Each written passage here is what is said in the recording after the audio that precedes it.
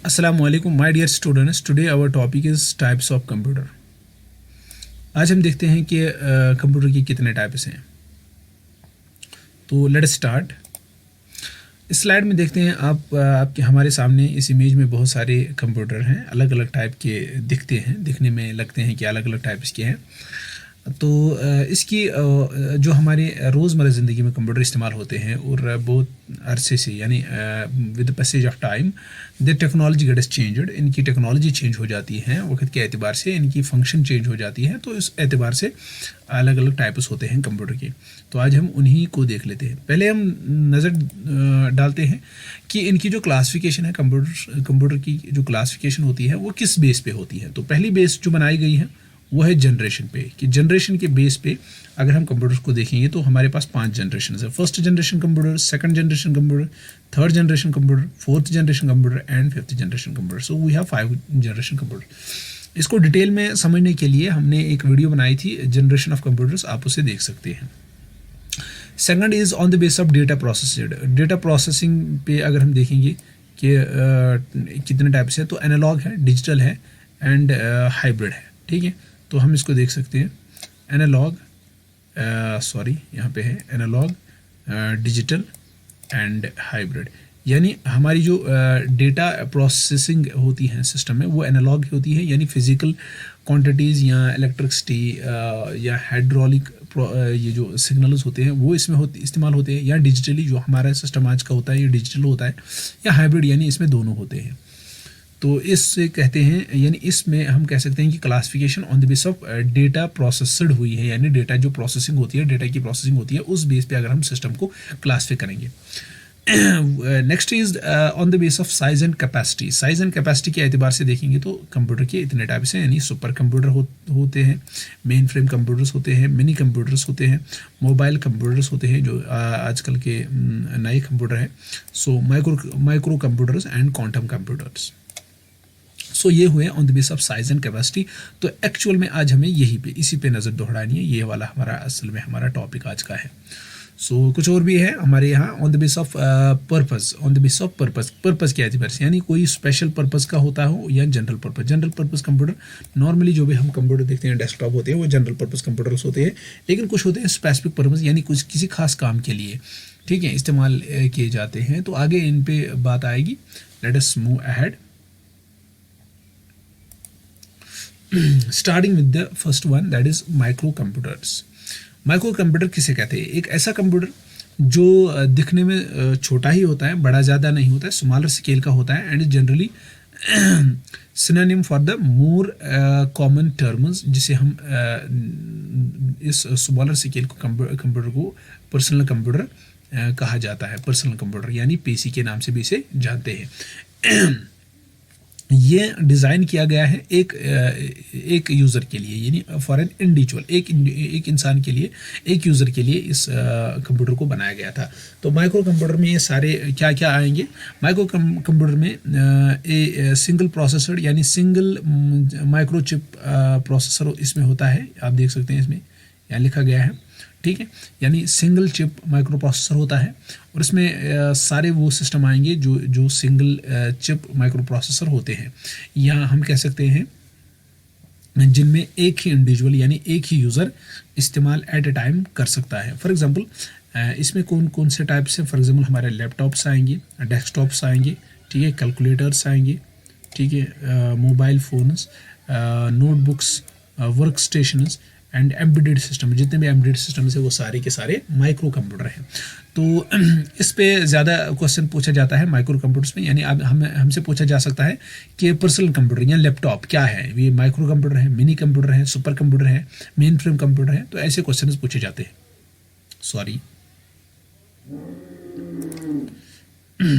तो इस स्मॉलर ये जो है ना, ये मेन फ्रेम से थोड़ा छोटा होता है, और मिनी कंप्यूटर से इसमें सिंगल इंटीग्रेटेड सेमीकंडक्टर चिप होती है जिसे हम सेंट्रल प्रोसेसिंग यूनिट कहते हैं, और इसमें मेमोरी होती है रीड ओनली मेमोरी, यानी रोम जिसे हम कहते हैं, या रैंडम एक्सेस मेमोरी यानी जिसे हम रैम कहते हैं। इनपुट आउटपुट पोर्ट्स होते हैं, बस सिस्टम होता है, और इंटरनल कनेक्टिंग वायर जो होते हैं ये एक ही सिंगल यूनिट पे इनको रखा जाता है जिसे कहते हैं मदरबोर्ड। यहाँ हम देख सकते हैं इस स्लाइड में ये डेस्कटॉप है, लैपटॉप है, सॉरी यहाँ पे नेटबुक लिखा है, नेटबुक पीसी में है, सबसे नोटबुक पीसी होना चाहिए। अच्छा, टैबलेट पीसीज, ठीक है, पीडीए एंड स्मार्टफोन्स, ये सारे के सारे जो भी हैं इसमें, ये सारे माइक्रो कंप्यूटर हैं।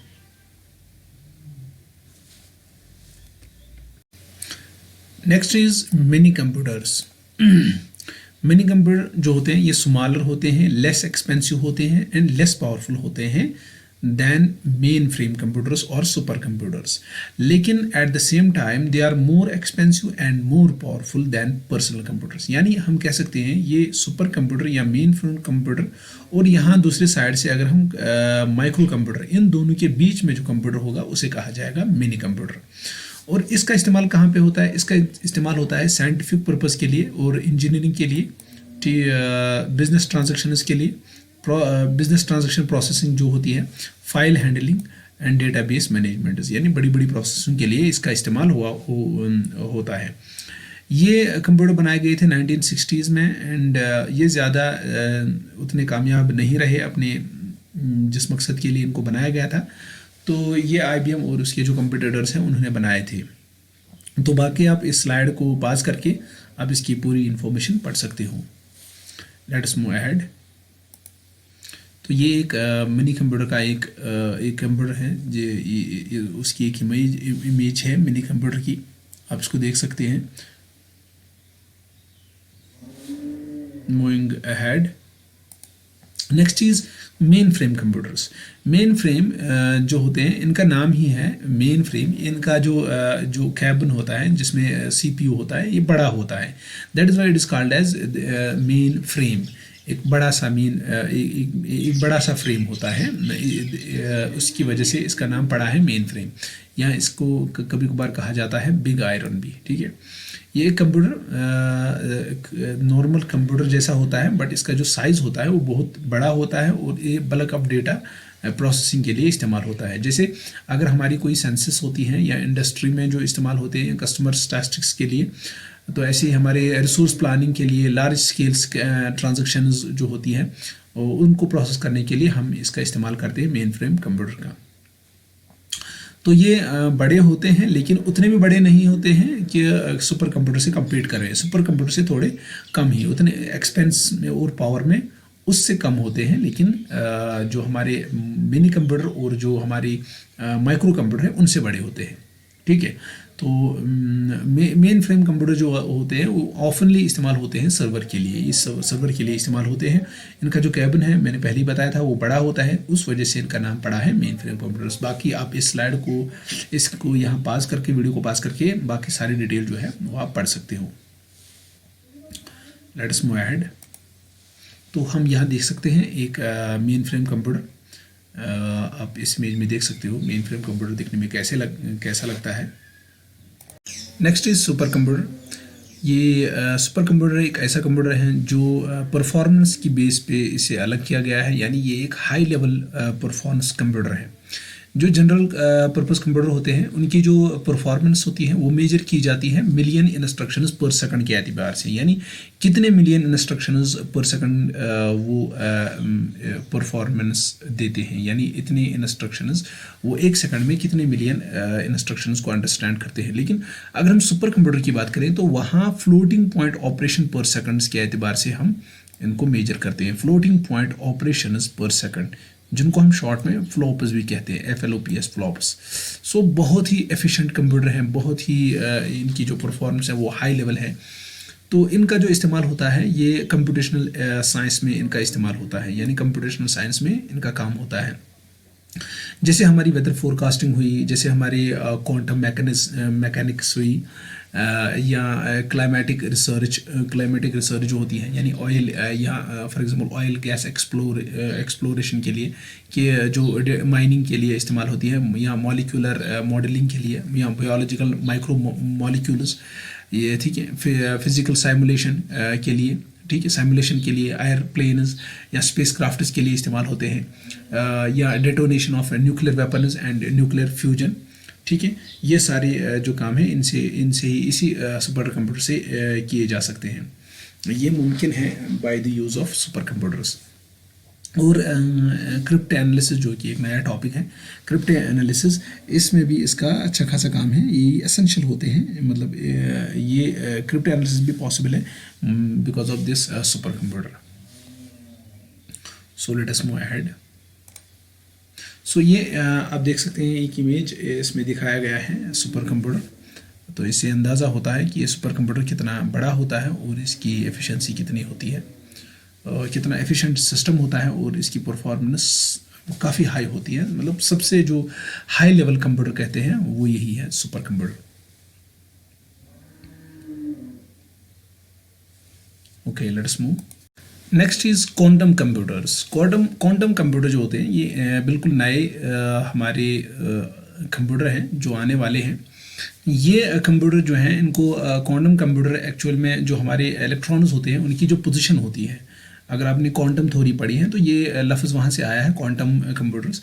क्वांटम थ्योरी में हमने पढ़ा था कि जो इलेक्ट्रॉन्स होते हैं एटम के, वो उनकी जो पोजीशन होती है, मतलब जो उनका जो रोटेशन होती है, जो उनकी पोजीशन होती है वो कैसे चेंज हो जाती है, तो उनके क्वांटम स्टेटस होते हैं, उस प्रॉपर्टी पे ये सिस्टम बनाए गए हैं। यानी अगर हम देखेंगे जो नॉर्मल हमारी क्लासिक बिट होते हैं, जो हमारे जनरल पर्पस कंप्यूटर जो जितने भी हमने सुपर कंप्यूटर्स तक देखे हैं, वो सारे कंप्यूटर जो आज तक चले आए हैं वो सारे बाइनरी बिट पे काम करते थे। यानी एक ऐसा स्विच होता था जिसके दो वैल्यू होते थे, ये हमने यहाँ पे बाइनरी बिट का मतलब एक ऐसी बिट, एक ऐसा स्विच जिसके दो वैल्यूज़ होते हैं, या तो ज़ीरो होगा, अगर उसका ज़ीरो वैल्यू है तो वन नहीं है, अगर वन है तो ज़ीरो नहीं है। लेकिन क्वांटम बिट, इसमें क्वांटम कंप्यूटर में क्वांटम बिट का इस्तेमाल किया जाएगा, यानी क्वांटम बिट का इस्तेमाल किया जाए। ये क्वांटम बिट क्या है? एक इसमें इलेक्ट्रॉन उसकी जो क्वांटम पोजीशन होगी वही डिसाइड करेगी कि ज़ीरो है या वन है, यानी सेम बिट वही ज़ीरो को डिफाइन करेगी, वही वन को डिफाइन करेगी। सो ये माना जाता है ये सबसे ये इनकी जो परफॉर्मेंस होगी वो सबसे महत्वपूर्ण होगी, वो सबसे एडवांस होगी। और कहा यह भी जाता है कि जो क्वांटम कंप्यूटर्स आने वाले हैं ये मोर इतने एडवांस होंगे कि ये शायद ह्यूमन ब्रेन को भी पीछे छोड़ जाएंगे। और इनका इस्तेमाल कहाँ, अभी जो मॉडल्स आए हैं इनके क्वांटम कंप्यूटर से रिलेटेड जितने भी मॉडल्स आए हैं उनके नाम यहाँ पे मेंशन है। एक है quantum circuit model, quantum Turing machine, adiabatic quantum computer, one way quantum computer, लेकिन एंड बहुत सारे ऐसे ही क्वांटम सेलुलर ऑटोमेटा भी आए हैं।